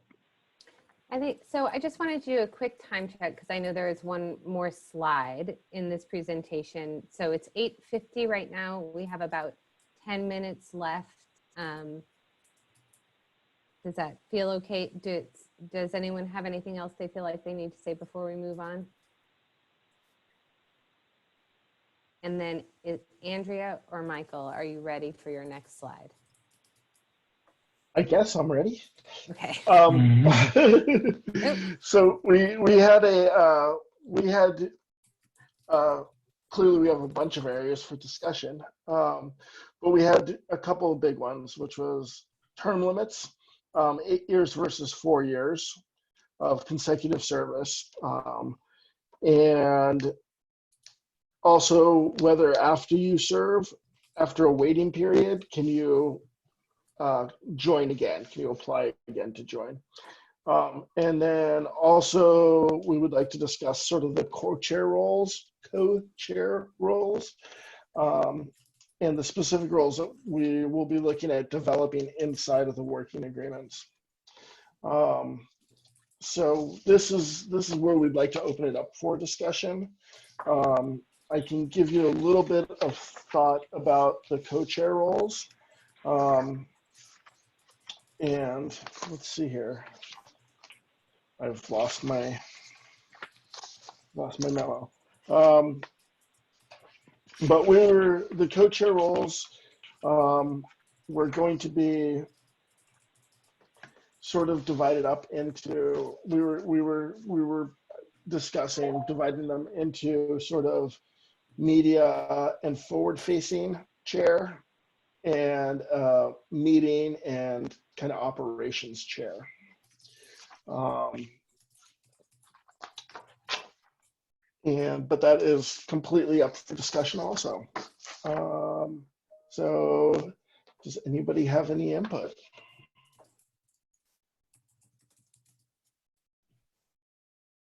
Robin? Yeah, I like the idea of co-chair. I've been on various boards before, and sometimes no one wants to volunteer to be the chair because it's too much work. So oftentimes we've split it up to co-chairs. In terms of specific roles, I would prefer to leave that flexible for the two co-chairs to decide kind of what they are interested, capable, experienced in doing. You know, each of us have different experiences and areas of expertise, and to kind of have that hardwired in advance may not take advantage of, you know, the specific co-chair, you know, role expertise. So that's my comment on that one. And Robin, I'll just say that's exactly why we were thinking of, rather than defining the roles in the bylaws, having them defined in the working agreement, so that each time there was a selection of co-chairs, they could take the defined responsibilities and separate them as worked for that pairing.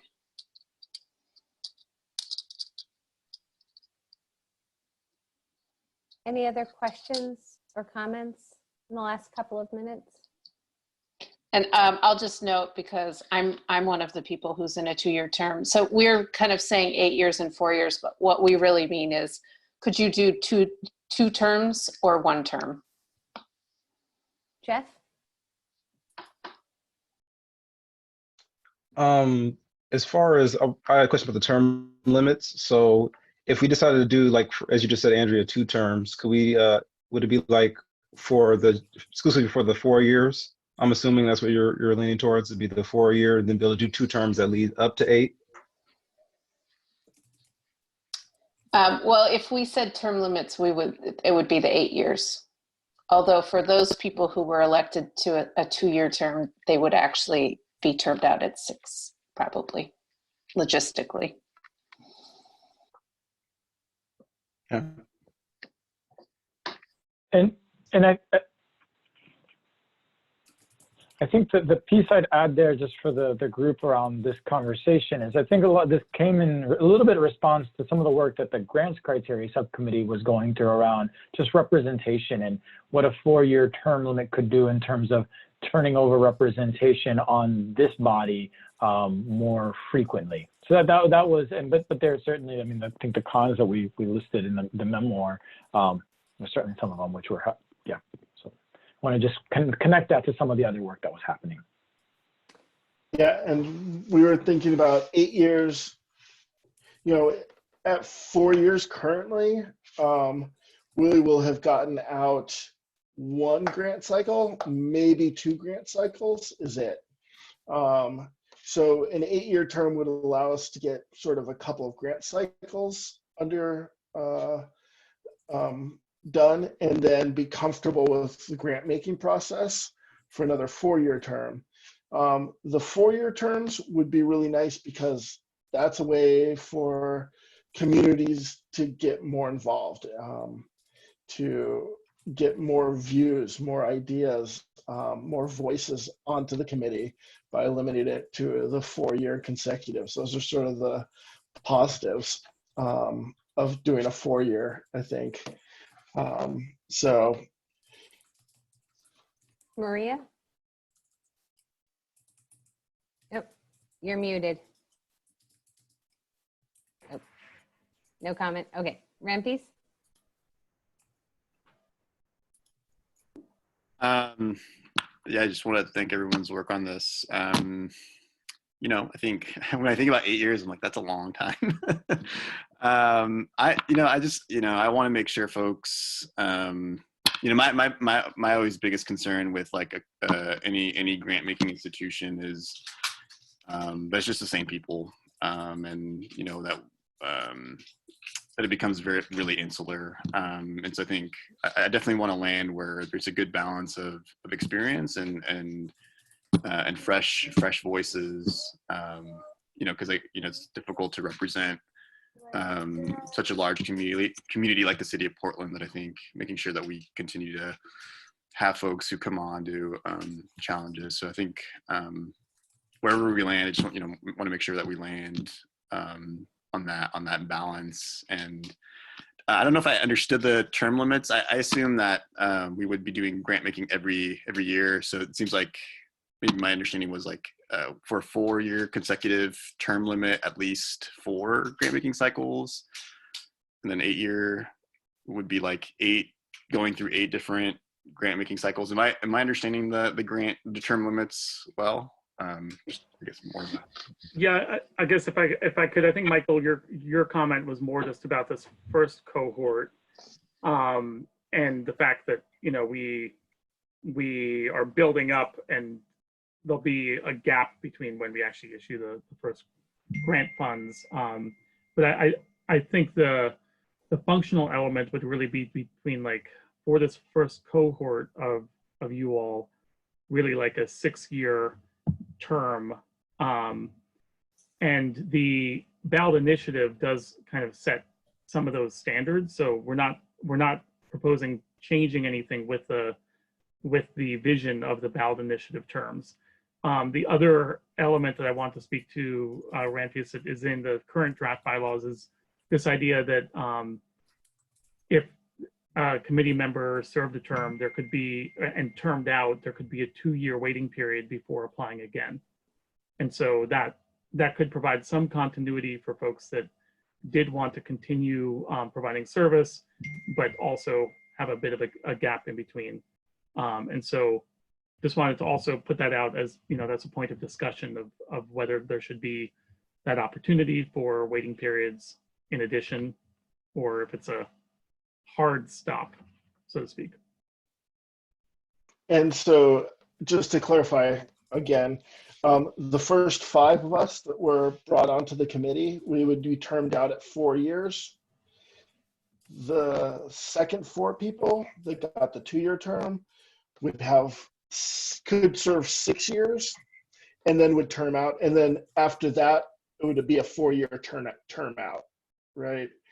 So the second 4 people that came on could serve up to 6 years, but everyone would be 4 years after that. So that we'd continue to have the staggered 5 people coming on, then 2 years later, 4 people coming on, 2 years later, 5 people coming on. Thank you for that clarification, Michael. That was a good explanation. Yeah, perfect. We're at 1 minute until 9 o'clock, so I'm just gonna ask Sam if you have any final words before we sign off. No, yeah, I think what I would just acknowledge is we've got a little bit of homework to do here. And so I think I'm gonna check in with the team, James, to you tomorrow, but I think my sense is that I don't think we'll necessarily be able to bring this back to the committee the 29th. And so we'll plan to bring it back in our early May meeting. I think that's May 5th. But we'll check back in. And so, and just in between that time, we hope that as you take a look through the memo, look at the leadership roles. They're examples. They're not defined roles, but they're examples of roles, so that I think as folks have talked about, those we worked out within the working agreements, but they just lay out some of the things that could be there. And so we just hope that you look through that, think about that, because that's a decision that after you do approve the bylaws, we hope to also entertain a decision around co-chair roles. So hope you all think about that. Please reach out to us if you want to just chat through that, and just really appreciate you all, and really appreciate you all taking the time to do this evening. For folks in the audience, we'll ask now, we have a survey. It was sent out in the chat. Please check out that survey and let us know how we did tonight. Yep, and just a reminder that the next meeting will start at 6 o'clock. We're transitioning to 6 to 8 so that we can all have a little bit more, be a little bit fresher, 1 hour fresher. All right. Okay. Thank you for So that. with that, we're going to sign off. Good night, you all. Good night. Good night, everyone. Thank you all. All right. Good night, everyone. Nice Good seeing night, you. All right, everyone. thanks a lot, everybody. Mhm.